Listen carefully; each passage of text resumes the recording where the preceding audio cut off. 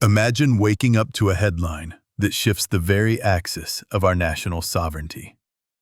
Sweden has officially offered Canada 88 Gripen fighter jets in a deal so generous it sent shockwaves through the global defense community. As Canadians, we have to ask, why would a neutral power hand us the keys to their most advanced Arctic technology? Today, we're breaking down this hypothetical strategic bombshell. We'll explore how 88 jets could mathematically secure our entire northern coastline, the secret intelligence behind melting Arctic ice, and why this offer was actually an escape hatch for Canadian military independence. Is this the moment we stop being a customer and start being a northern power? Let's dive in. You see, the reason I'm so fired up tonight isn't just about some shiny new toys for the Air Force. It's about a fundamental shift in how we, as Canadians, define our place in the world. When you look at the sheer scale of this Swedish proposal, you start to realize that we weren't just being offered a jet. We were being offered a seat at the head of the table in the Arctic century. Now, for those of you who've spent your lives watching our defense policy, you know the routine. We usually wait for a signal from our southern neighbors. We look at what the biggest player in the room is doing, and we follow suit. It's been the safe play for decades. But then Sweden walks in, a nation that lives and breathes the same sub-zero reality we do, and they drop this 88-jet bombshell. Why 88?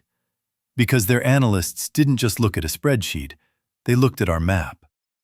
They saw the millions of square kilometers of tundra, the remote islands, and the vast, silent stretches of the Northwest Passage that are becoming busier every single year.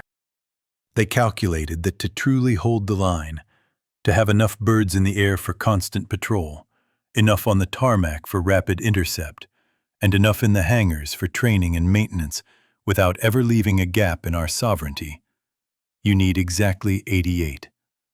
Not 60, not 100, but a calculated, surgical 88.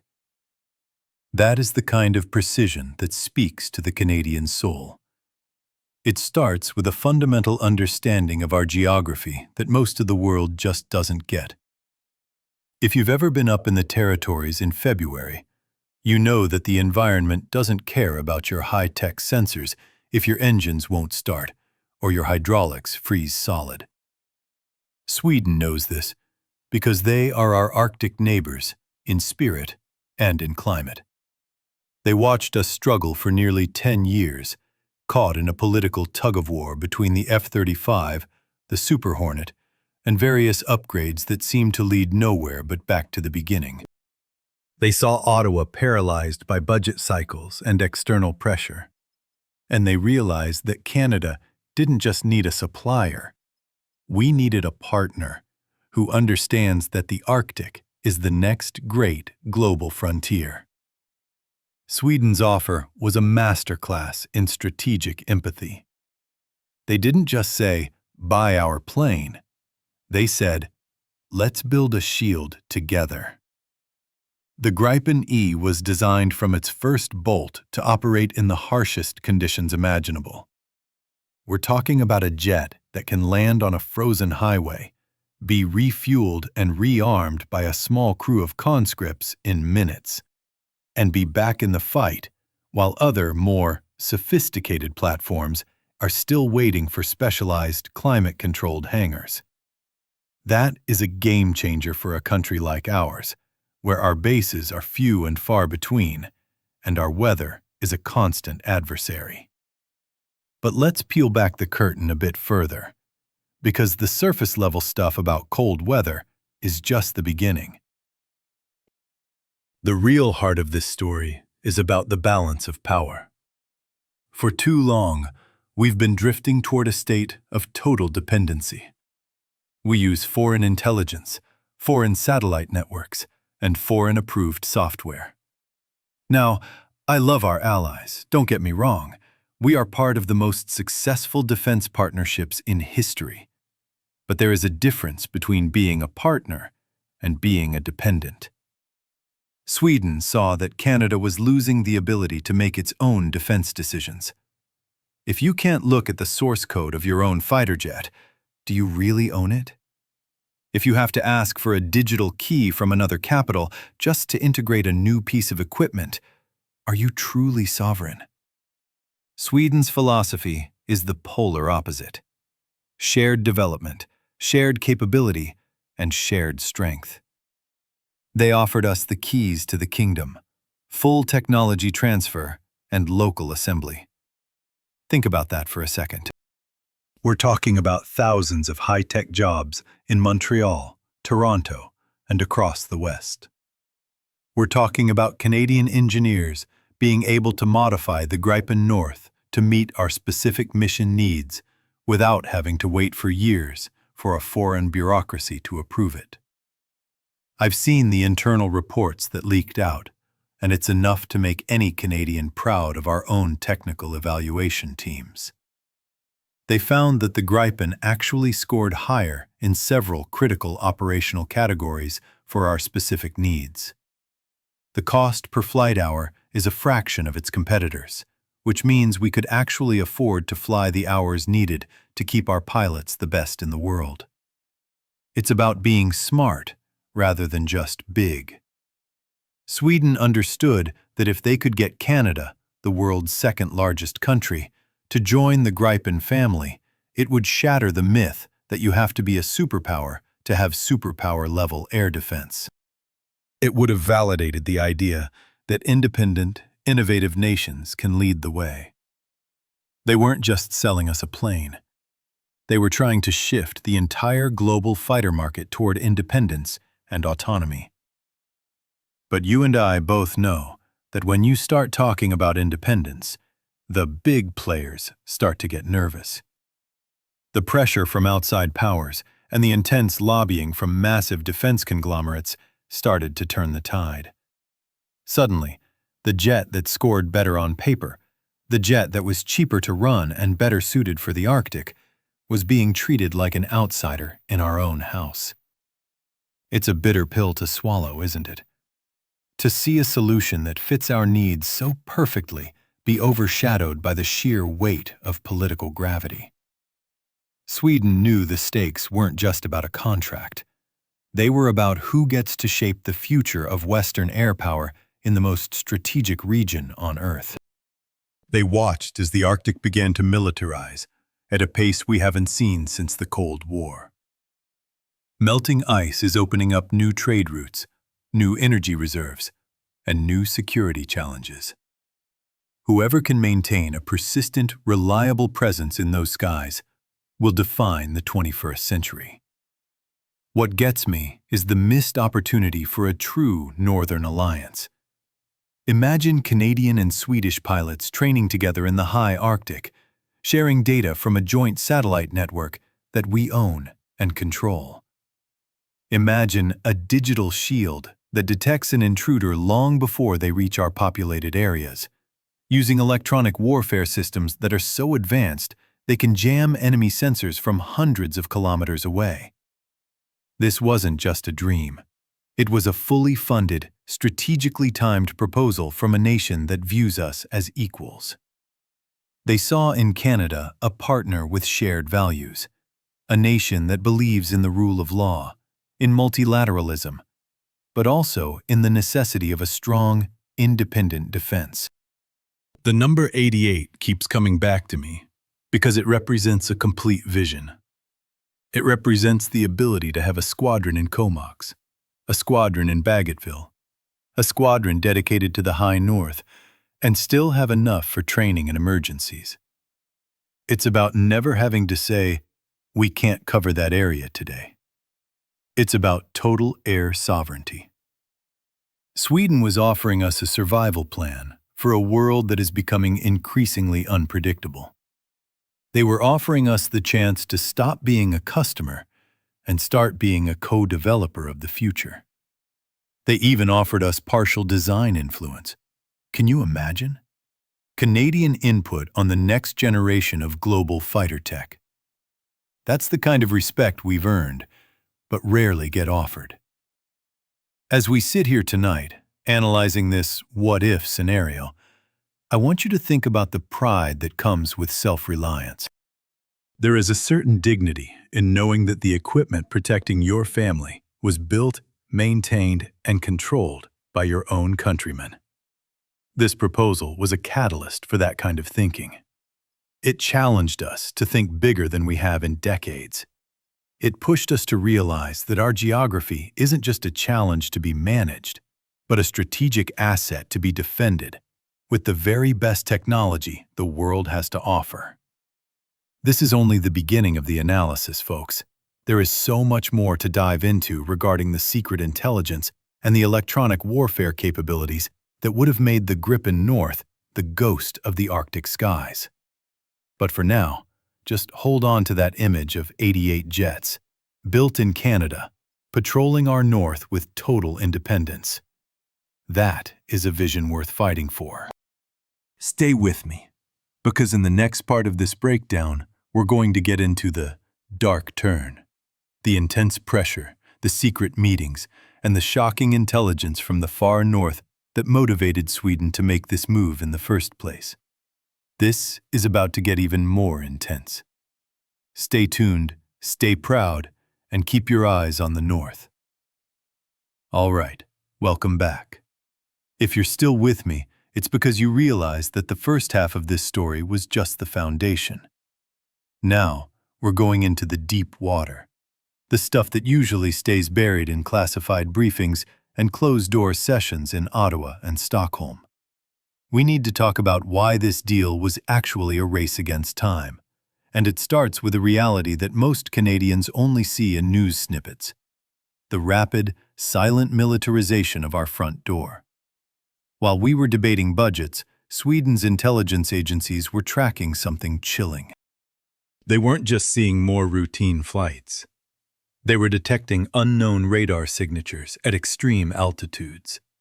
Signatures that would appear over the North Pole, hover for hours in a way no conventional aircraft should, and then simply vanish. They saw the construction of new Russian listening stations on remote islands that were supposed to be barren. They realized, far sooner than most, that the melting ice wasn't just an environmental crisis. It was the opening of a new, contested frontier for global shipping, energy reserves, and early warning systems. This is where the 88 Gripen offer moves from a good business deal to a survival strategy for the 21st century. Think about the sheer audacity of what Sweden proposed for our industry. In the 40 to 65 age group, many of us remember when Canada was an aerospace titan. We had the talent, the grit, and the vision. Sweden wasn't just offering us a plane. They were offering to jumpstart that heart again. They offered us the Gripen North, a variant that wouldn't just be good enough for our weather, but would be the world's first fighter jet optimized entirely for Arctic dominance. They envisioned a Canada that didn't just buy technology, but co-authored the future of electronic warfare. You see, the Gripen isn't just fast. It's a digital ghost. Its electronic warfare suite is designed to jam, deceive, and blind enemy sensors from hundreds of kilometers away. In an Arctic conflict, it wouldn't be about who has the biggest missile. It would be about who controls the electromagnetic spectrum. Sweden's vision was to link our 88 jets with their own fleet to create an invisible, digital net over the entire Northern Hemisphere. We're talking about a level of data sharing and sensor fusion that would make it impossible for anything, be it a drone, a bomber, or a cruise missile, to slip through our airspace unnoticed. Now, let's get into the why of the technology transfer, because this is where it gets personal for us. When you own the source code, you own your destiny. Sweden offered us full maintenance autonomy. That means no foreign approval for upgrades, no waiting for years to integrate a Canadian-made sensor or a specific piece of equipment we need for our unique mission. If our engineers at CAE or Bombardier or any of our incredible domestic firms came up with a breakthrough, we could put it on our planes ourselves. That freedom is exactly what made certain major powers uncomfortable. Why? Because independence in defense is something the giants of the world aren't used to seeing from middle powers. They prefer the black box model, where you pay the bill but don't get to see how the engine runs.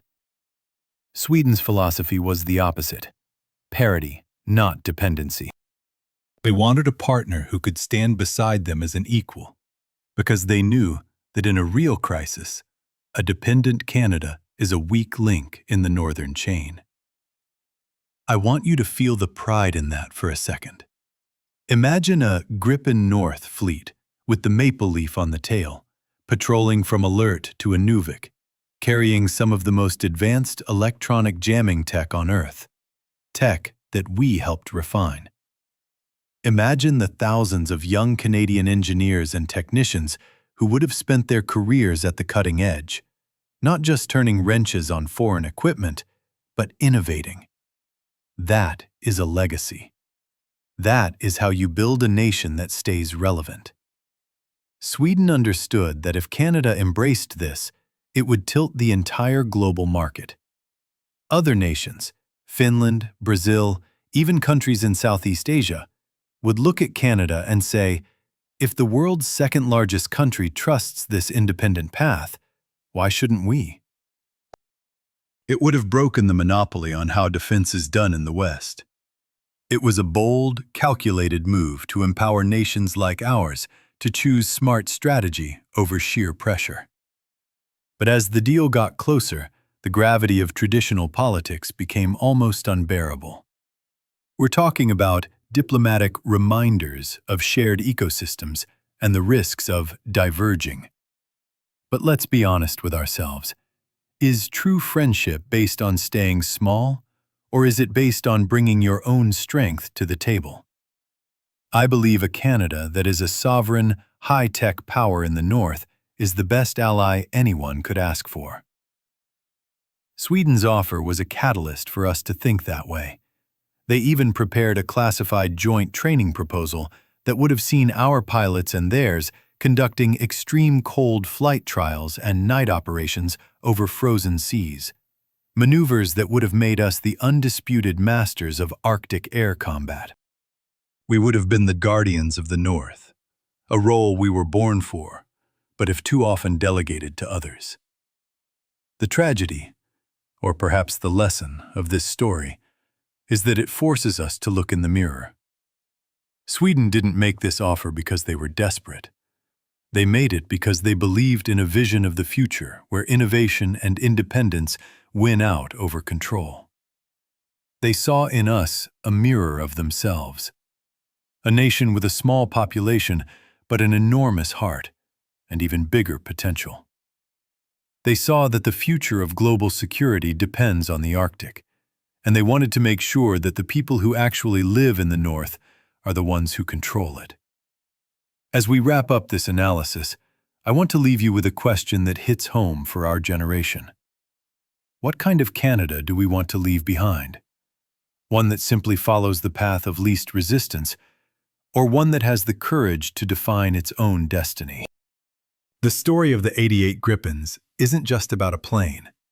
It's a symbol of a what-if that still echoes in every hangar and every engineering firm across this country. It reminds us that we have choices. It reminds us that our sovereignty is something we have to actively build, not just inherit. Even if the path we took was different, the vision of an Arctic shield remains the gold standard for what we should strive for. A future where Canada stands tall, stands independent, and stands ready. I've said it before, and I'll say it again. We are a northern power. It's time we started acting like one.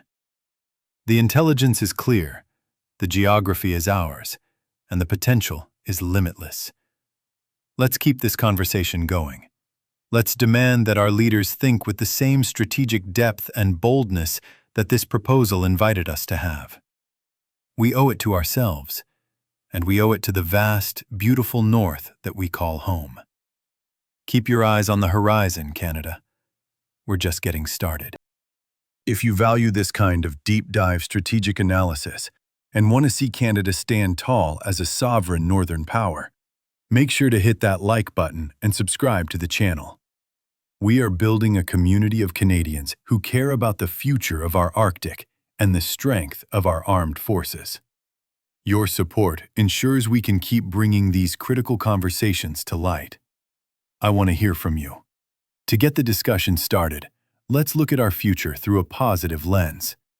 The Made in Canada legacy.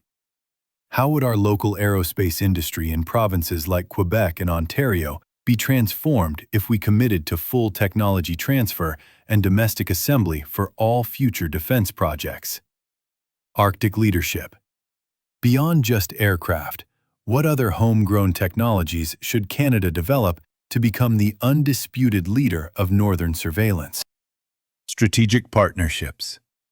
Which other middle power nations, like Sweden or Norway, should Canada partner with to ensure our voice isn't overshadowed on the global stage?